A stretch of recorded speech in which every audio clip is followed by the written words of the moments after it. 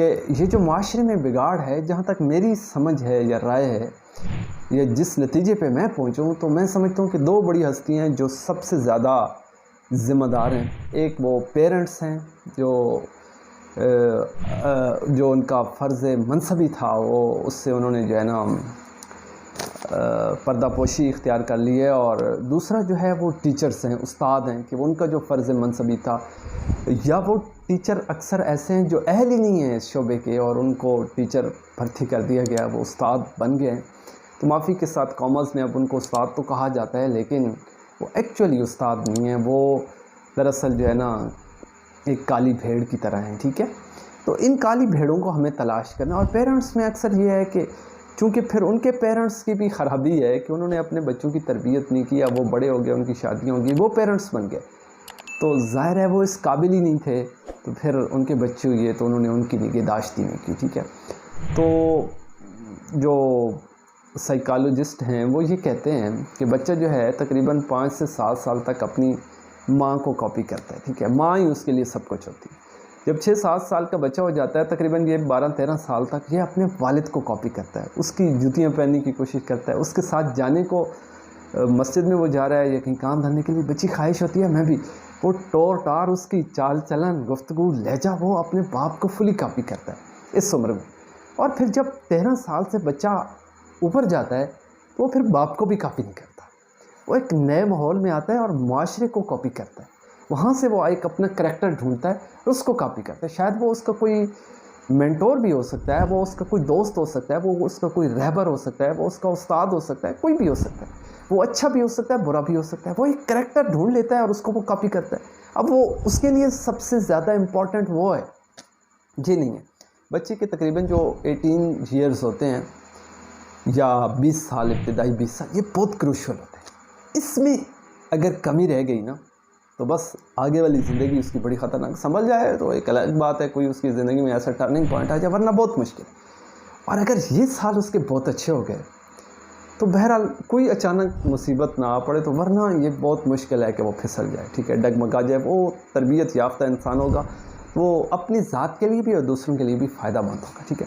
تو میں سمجھتا ہوں کہ 4-5 باتیں جو میں نے دیکھی ہیں اپنی زندگی میں، اپنے تجربے سے جو میں نے اخذ کی ہیں، یا دائیں بائیں اپنے معاشرے سے میں نے جو اخذ کی ہیں چیزیں، ان کے بہاف پہ میں یہ کہنا چاہتا ہوں کہ جس بندے کو یہ لالچ ہے کہ جی میں پیسے کے لیے ٹیچنگ کی فیلڈ میں آ رہا ہوں، تو میں ہاتھ جوڑ کے اس سے کہتا ہوں ریڈی لگا لیجئے، کوئی اور کام کر لیجئے، وہاں سے بھی آپ کو پیسہ مل جائے گا۔ خدا کے لیے پیسے کے لیے اس فیلڈ میں نہ آئیے، کیونکہ قوم جو ہے، ملک کی جو یہ نونہالان مکتب جو ہیں ہمارے باسی، ہمارے پاکستانی، ہمارے بچے جو ہیں، ان کا مستقبل آپ تباہ اور برباد کر دیں گے۔ بڑے درد کے ساتھ یہ بات کہہ رہا ہوں کہ آپ یقیناً ایسا ہی کریں گے، کیونکہ آپ کو لالچ ہوگی پیسے کی، آپ کو مہینے کے بعد تنخواہ چاہیے ہوگی، آپ کو بچوں سے کوئی غرض نہیں۔ دوسرا وہ جن کے اندر احساس نہیں ہے۔ تیسرا وہ لوگ جن کے اندر وہی بات ہے کہ جذبات نہیں ہیں، جو چیزوں کو ریشنلی دیکھتے ہیں، ایموشنلی نہیں دیکھتے، کیونکہ انسان جو ہے یہ ایک ایموشنلی مخلوق ہے، یہ اس کے جذبات ہیں۔ تو جب آپ ان کے جذبات کے ساتھ نہیں کھیلو گے تو آپ اس کو ایک ریشنل مخلوق سمجھ لیں گے، تو پھر بھی آپ جو ہے نا، آپ کو اس فیلڈ میں نہیں آنا چاہیے۔ آپ کا جو پیشن ہے اور آپ کا جو پروفیشن ہے وہ ایک ہونا چاہیے۔ اگر آپ کو شوق ہی نہیں ہے اس فیلڈ کا تو پھر بھی آپ کو ٹیچنگ کی فیلڈ میں نہیں آنا چاہیے، کیونکہ اگر آپ کو شوق ہی نہیں ہے اور آپ اس فیلڈ میں آتے ہیں تو پھر کیا ہوگا کہ قوم کا جو ہے آپ بیڑا غرق کر دیں گے، کیونکہ آپ کی ذمہ داری ہے نیشن بلڈنگ کی، ٹھیک ہے۔ اور نیشن بلڈنگ جو ہے وہ تب ہو سکتی ہے کہ جب آپ کے دل میں احساس ہوگا، ہمدردی ہوگی، ٹھیک ہے۔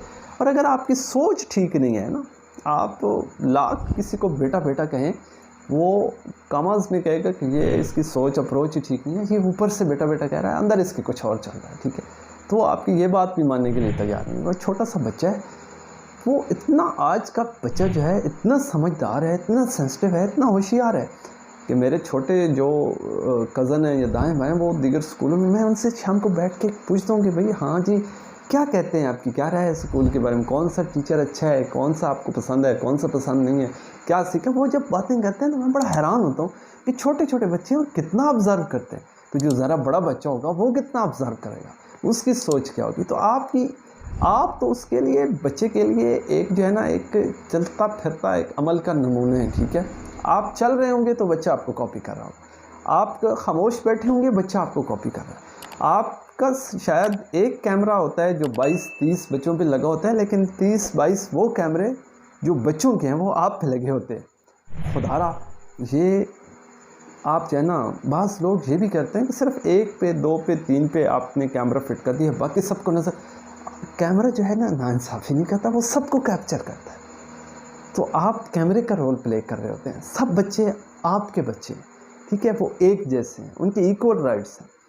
تو ان چیزوں کا آپ نے لحاظ رکھنا ہے اور درد ہونا چاہیے، احساس ہونا چاہیے کہ میں ان کے لیے کیا بہتر کر سکتا ہوں. میرا کوئی ایسا جملہ، میری کوئی ایسی بات جو ان کی زندگی بدل دے، جو ان کے لیے اصلاح کا سبب بنے. ٹھیک ہے، ایک ہمدردی کا پہلو ہے، نیک نیتی کا پہلو ہے. تو یہ جب احساس نہیں ہوگا نا تو پھر ہمارا معاشرہ کبھی ترقی کر ہی نہیں سکتا. تو میں نے تو یہ دیکھا ہے کہ یہ سب سے زیادہ جو معاشرے میں ہمارے میں بگاڑ ہے، ہماری قوم تباہی کی دلدل میں دھنس چکی ہے، اس کا ذمہ دار والدین اور استاد ہیں. اور آج بھی وقت ہے کہ اگر یہ دونوں ہستیاں جاگ جائیں، ان کے ضمیر جاگ جائیں، جی ہوشیار ہو جائیں، والدین اپنی پوری اٹینشن دیں اپنے بچے. میں تو حیران ہوتا ہوں، میں 7 سال سے اس فیلڈ میں ہوں، مجھے اچھی طرح اندازہ ہے کہ اکثر ایسے والدین ہیں جن کو پتہ ہی نہیں ہے کہ ہمارا بچہ پڑھتا کس کلاس میں. اکثر ایسے والدین ہیں جن کو پتہ ہی نہیں ہے ہمارا بچہ آج سکول آیا بھی ہے کہ نہیں. تو یہ کیا ہے؟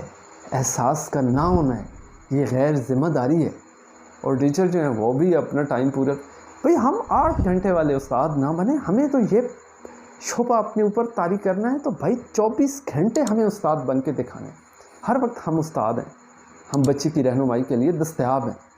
تو ایک ایسا اپنا ذہن بنائیں، یا تو اس فیلڈ کو ہی خیر آباد کریں، کوئی اور دھندا کر لیں، ریڈی لگا لیں، دیگر کام تھوڑے.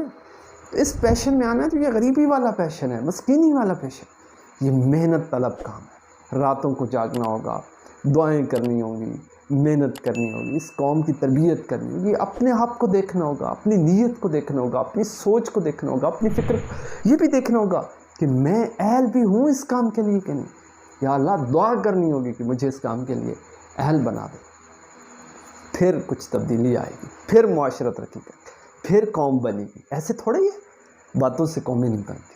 ٹھیک ہے، کچھ کر کے دکھانا پڑتا، احساس ہونا چاہیے، ہمدردی ہونی چاہیے. ٹھیک ہے، میں اپنی جو مجھے اللہ نے توفیق دی ہے، میں پوری کوشش کر رہا ہوں کہ میں اپنی قوم کی اصلاح کے لیے، اور یہ گھر سے یہ نیت کر کے میں میتھ پڑھاؤں گا، اردو پڑھاؤں گا، مطالعہ پڑھاؤں گا، کچھ بھی پڑھاؤں گا، لیکن اصل جو میرا مقصد ہوگا کہ میں جب مجھے موقع ملے، جتنا ٹائم ملے، میں اپنے بچوں کی تربیت کے لیے کچھ کر سکوں. کیونکہ مجھے یقین ہے کہ آج سے 2 سے 3 سال بعد بچوں کو مطالعہ پاکستان بھول جائے گا، میتھ بھول جائے گا، فزکس کیمسٹری بایو بھول جائے گی، لیکن تربیت نہیں بھولے گی.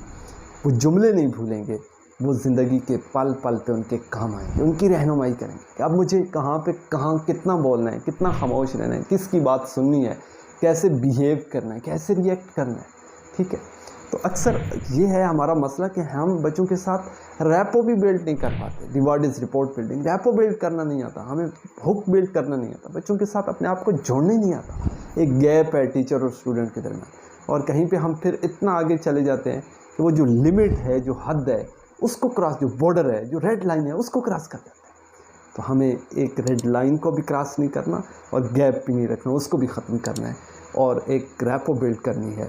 ایک ادب کا جو اصل وہ جو ڈھانچہ ہے وہ بچوں کے سامنے پیش کرنا ہے. اور خود سب سے پہلے، چونکہ ہم سارا دن پتہ نہیں کیا اول پھول بکتے رہتے ہیں، اور شام کو آ کے یا دن کو جا کے یا صبح جا کے سکول میں ہم سمجھتے ہیں کہ ہم فرشتے ہیں اور یوں سمجھیں ہم آپ کو گائیڈ کر رہے ہیں.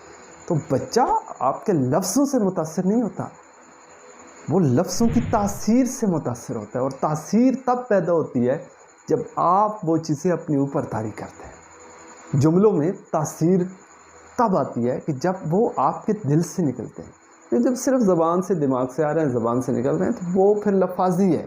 جب میں ٹھیک ہو جاؤں گا نا، تو اگر ہمارے ملک میں 100 بندے ہیں تو یار اگر 100 کے 100 خراب ہیں، میں اگر ٹھیک ہو گیا تو کتنے، ایک کام ہو جائے گا. اب کتنے خراب ہیں؟ 99. ایک اور ٹھیک ہو جائے گا تو کتنے خراب رہ جائیں گے؟ 98. اس طرح کرتے کرتے کرتے ایک وقت آئے گا سارے ٹھیک ہو جائیں گے، اور خراب کتنے رہ جائیں گے؟ 0. تو شاید بات سمجھ میں آ گئی ہو. تو تھینک یو، اللہ حافظ.